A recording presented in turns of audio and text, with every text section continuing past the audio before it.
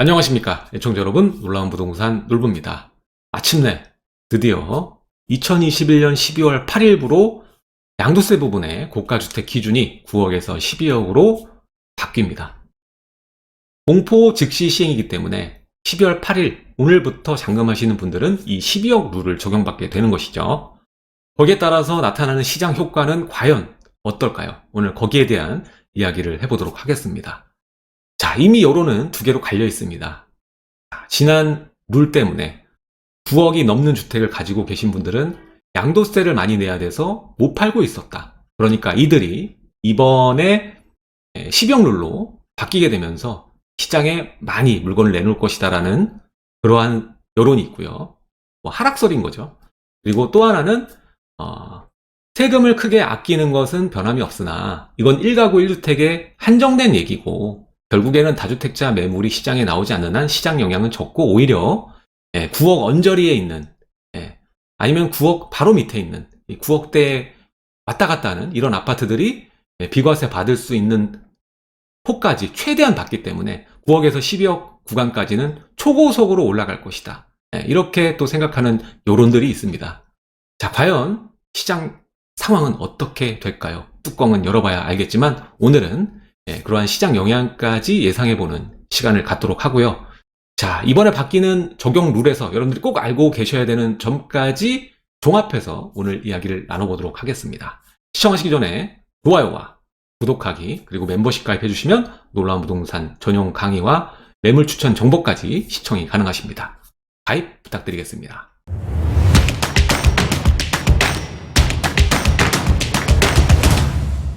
자, 마침내 2008년부터 21년까지니까 정말 오랫동안 이 고가주택 기준이 상향이 안 됐었죠. 자, 마침내 이제 9억에서 12억으로 적용이 됩니다. 이미 공포가 됐기 때문에 호재로 작용할 수가 있겠죠.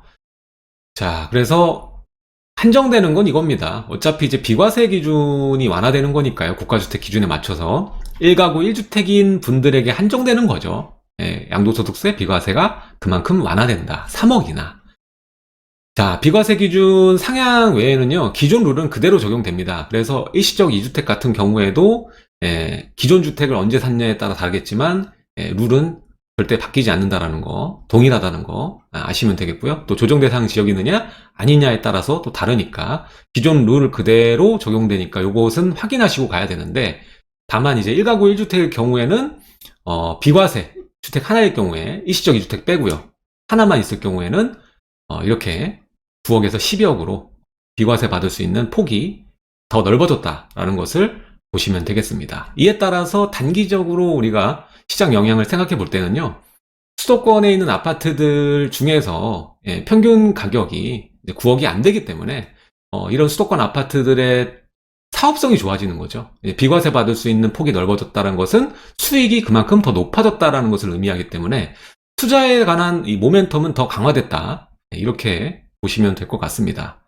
자, 일단은 뭐 경기나 서울 같은 경우에는 이미 22년에 물량 감소가 뻔히 보이는 상황이기 때문에 인천을 제외하고는 다 뻔히 보입니다. 그래서 오히려 이제 투자 모멘텀은 더 강화되는 측면을 우리가 고려해야 된다. 이 얘기를 드리고 싶고요.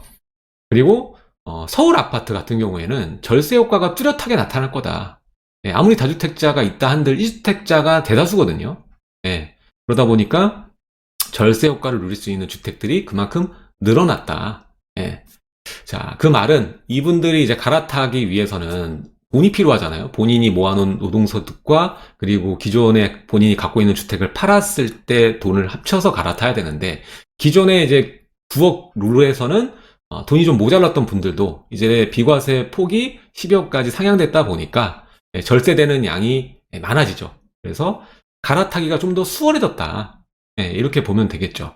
자, 앞서 설명드린 바와 같이 기존 룰은 다 그대로 갑니다. 비과세 그 구간, 기준선인 9억이 12억으로 상향됐을 뿐 나머지는 동일하다고 보시면 되겠는데, 자, 일단은 공포일인 오늘부터 8일부터 즉시 시행입니다. 그래서 오늘 잔금이신 분들도 적용을 받을 수가 있다. 근데 이런 궁금증을 가질 수 있어요. 내가 계약을 이전에 했다. 11월에 했다. 그래서 계약금하고 중도금이 다 들어갔다. 그래도 잔금이 8일이나 이후라면 이 12억 룰로 변경된 상향 기준으로 적용을 받기 때문에 혜택을 받아볼 수가 있는 겁니다. 근데 8일 이전에 7일 이럴 때 잔금을 받았다면 소급 적용이 불가합니다. 아쉽지만 소급 적용이 안 됩니다. 자, 그리고 아까도 말씀드렸죠. 이건 빼고는 바뀐 게 없다. 일시적 2주택자도 이제 요건을 갖추면 동일하게 적용을 받긴 합니다만 다른 것도 여러분들 정확히 판단을 하셔야 됩니다. 일단은 일시적 2주택도 기준이 계속 바뀌었죠. 처음에 정권 들어왔을 때는 2년 보유만 하면 됐었는데 조정 대상 지역이라 할지라도, 근데 나중에 2년 거주 요건까지 붙었고, 그 이후에 또 한 번 바뀌면서 이제 1년으로 바뀌었고 전입신고도 해야 되고, 이렇게 굉장히 복잡해졌죠. 이 기준을 면밀하게 살펴야만 여러분들이 소중한 혜택을 지킬 수가 있다. 이 얘기를 드리고 싶고요. 팔기 전에 무조건 상담을 하셔야 됩니다. 그 다음에 올해 21년 들어오면서 바뀐 게 있죠. 최종 1주택. 만약에 다주택자이셨던 분들 같은 경우에도 이번에 올해 들어와서 주택을 하나 정리를 했을 경우에 1주택자라고 그냥 마구잡이식으로 나 비과세 3억 추가해서 아낄 수 있는 돈이 많아졌네 라고 생각하시면 안 되고요. 자, 이렇게 되면은 여러분들이 요건을 새로 맞춰야 됩니다. 2년 보유 요건, 조정 대상 지역인 경우에는 또 거주 요건도 새로 리셋이 되기 때문에 그 요건까지 여러분들이 정확히 맞춰서 매도를 하셔야지 이 혜택을 받아볼 수 있다. 무조건 1가구 1주택자가 된다고 해서 받을 수 있는 건 아니다. 요것을 명심하셨으면 좋겠습니다. 자, 이렇게 바뀐 내용과 우리가 꼭 알아야 되는 점까지 말씀을 드렸고요. 그러면은 시장에는 어떤 영향을 줄까? 이번 양도세 완화책이 과연 시장의 하락 및 안정세를 끌어낼 수 있을 것인가? 자, 먼저 이번 완화책 적용으로 인해서 비과세를 받으시면서 매도할 목적의 수요자들은 증가할 것으로 보입니다. 12월과 1월은 한겨울, 전형적인 부동산 시장이 비수기거든요. 대출 규제의 영향과 그리고 이 비과세 완화 목적으로 매도할 물량의 증가, 비수기, 이 세 가지가 물리면서 적절한 매수 타이밍이 나올 것으로 보입니다. 근데 이 타이밍은 그리 오래가지 않을 것이다라는 것이 제 주관적인 생각이고요. 일단 확실한 것은 매물은 늘어날 거다라고 보는 게, 이 경우에 따라서 일단 9억이 넘어가면 무조건 이번 완화책으로 혜택을 받게 돼 있거든요. 경우에 따라서 수천만 원씩 지금 감세를 받을 수 있는 상황입니다. 1가구 1주택인 경우에. 자, 지금 데이터를 보니까 비과세 대상 주택이 42만 채가 증가한다고 합니다. 이번에 적용으로 인해서 더 증가하는 것이죠. 자, 근데 문제가 있어요. 뭐냐? 추가적인 신규 입주 물량은 없습니다. 그리고 기존 재고 물량이 많이 풀리는 것도 아니고 1가구 1주택자의 한정된 물량들만 나올 수밖에 없다라는 것입니다. 따라서 이번에 완화책은 한계가 있다라는 거죠. 시중의 유통 물량을 크게 늘리기엔 한계가 있다라는 겁니다. 1주택자 물건들이 나오면 어떻게 될까요? 그 매도한 1주택자는 무주택자로 갑니까? 거의 대부분 그렇지 않습니다. 다른 주택을 사죠. 더 상위 주택을 사기 위해서 기존 주택을 매도하는 케이스가 대부분이라고 보시면 될 것 같아요. 자, 이번에 수익이 늘어나니까 요거 합쳐서 이사 가자. 기존의 계획대로라면은 부족했던 돈이 이번에 완화책으로 채워지는 수요들이 그만큼 늘어날 겁니다. 자, 그래서 서울의 웬만한 지역들, 중심부 아니고서야 이번에 완화책을 사용해서 갈아타기를 결정하는 수요자들은 많이 증가할 거라고 보이거든요. 그래서 갈아탑니다. 결국엔 상위 주택의 상승 압력으로 작용할 수밖에 없는 상황이라는 거예요. 결국에 시중 유통 물량을 늘리기 위해서는 다주택자 완화가 필요한데, 다주택자에 대한 완화책 없이 1가구 1주택자에게만 이 완화책이 펴졌다는 것은 여러 가지를 의미하고 있습니다. 시장 영향은 크지 않을 것이다 라는 것이 제 생각이고요. 결국에는 상위 주택에 대한 매수 수요가 더 늘어나는 그런 결과로 나타나게 될 것이고, 결국 하위 주택도 비과세 구간 9억에서 12억으로 상향됐기 때문에 사업성이 보완되면서 요즘 같은 시기에는 집값이 워낙 올라와 있다 보니까 매수를 결정하기가 쉽지 않습니다, 사실. 너무 올랐거든요. 근데 서울의 외곽이나 수도권 같은 경우에는 이 오름세가 그래도 서울의 상위 지역보다는 납득이 갈 만한 수준인 아파트 단지도 꽤 많기 때문에 이런 단지에는 오히려 사업성 증대로 인한 매수 진입 결정이 더 쉬워질 것이다. 보통 요즘에 수도권에서도 구매 결정을 꺼리는 게 이제 9억 구간에 있는 아파트들이었어요. 이걸 사봐야 이제 장기보유 특별공제밖에 받지 못한다라는 생각 때문에 그냥 뭐 전세나 월세로 결정하시는 분, 괜히 재산세만 내고 내가 사봤자 남는 게 없다라는 생각으로 구매 결정을 안 하는 수요도 있거든요. 근데 이게 10억으로 또 대폭 상향이 되다 보니까 여기에 따라서 내가 지금 매수하면 12억까지는 무난하게 또 비과세를 받을 수 있겠구나 라고 판단하는 수요자들이 증가할 것이다 라는 것입니다. 중요한 것은 여러분들 고가주택 기준이 9억에서 12억으로 상향되었다는 것은 그만큼 주택에 대한 인플레이션이 진행되고 있다는 반증입니다. 시대상으로 봤을 때 고가주택은 9억이 아니라 10억이 맞다라고 판단하고 바꿔주는 거거든요. 여러분들이 착각하시면 안 돼요. 지금 비과세를 많이 받을 수 있다가 중요한 게 아니라 주택의 기준점이 올라갔구나. 주택 가격의 기준점이 내가 알고 있는 가격점이 아니구나라고 판단을 하셔야 됩니다. 이제까지 집값이 떨어질 줄 알고 기다렸더니 결국에는 9억은 고가주택이 이젠 아니라는 거예요. 이게 팩트입니다. 가장 중요한 사실. 인플레이션이 진행됐다라는 거예요. 확정적으로 정부에서 발표를 한 겁니다. 12억 밑으로는 고가주택 아니라고. 이렇듯이 제 생각에는 이번에 1주택자에 한정된 완화책은 결국에는 시장 영향은 많이 주지 않을 것이고요. 시장 영향은 정말 적을 거고 단기간에 나왔다가 금세 사라질 것이고요. 결국에는 포퓰리즘 정책이 아닌가. 1주택자 9억에서 12억으로 가면서 좋아하실 분들이 더 많으니까요. 많으니까 이게 다주택자에 대해서 규제 틀은 유지하되 1주택자에 한해서는 더 혜택을 주는 거니까 이게 바로 포퓰리즘이죠. 결국에는 정말 시장을 생각하고 하락 안정세를 만들어주기 위해서는 주택가격 안정세를 만들어주기 위해서는 기존 재고 물량을 어떻게든 공급하는 방향으로 가야 됩니다. 그러려면 결국 다주택자 완화책을 펼쳐서 이들의 물량을 풀어야만 이 재고량이 늘어난다. 이게 중요한 부분이고요. 지금 또 문제가 뭐냐면 지금 고가주택 기준이 세제마다 다 달라요.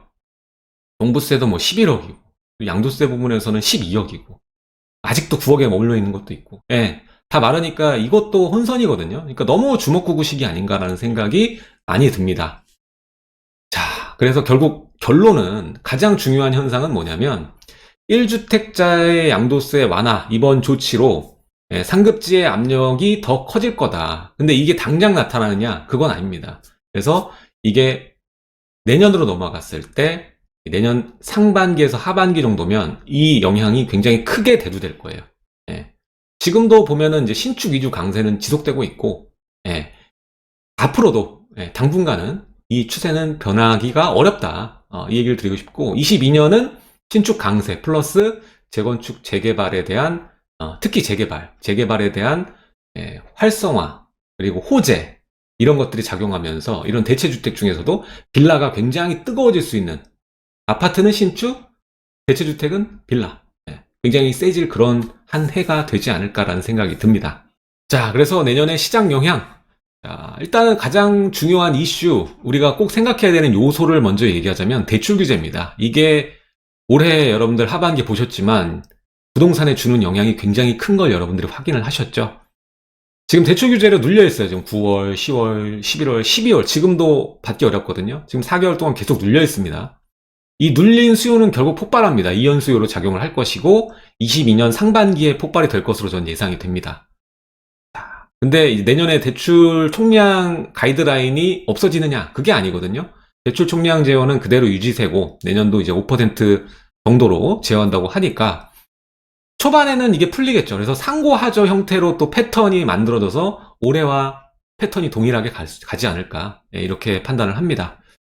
자, 그리고 1주택자 양도세 완화로 이제 서울 외곽 그리고 수도권 물량이 일시적으로 늘어나게 될 거예요. 아까도 말씀드렸죠. 이 주택들을 팔고 상급지로 옮기려는 수요자들 반드시 있을 겁니다.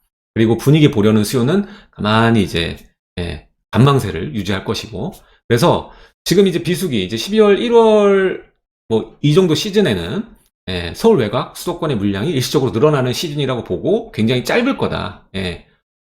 한 1, 2월 뭐 2월까지도 저는 가지 않을 거라고 보는데 아무튼 이제 12월과 1월에는 그런 시기가 될 것이고 근데 이 시기가 계속 이어지기가 어려운 게 임대 입법, 전세가 이번에도 많이 오를 것이고, 내년 8월이면은 이제 한 바퀴가 돌아가는 시즌이거든요.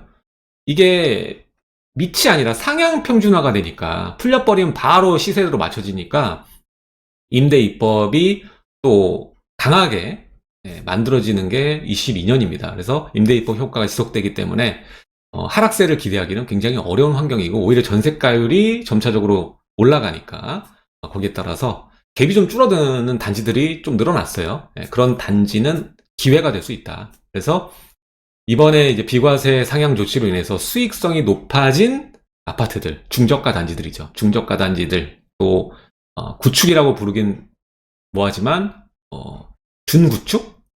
그 정도. 이러한 중저가 아파트들은 오히려 선점 기회가 될 수 있으니까 무주택이신 분들은 기회를 잘 살려서 진입하게 되면 굉장히 빠른 시간에 12억까지 가는 단지들이 굉장히 많을 것이다. 그 말씀을 드리고 싶습니다.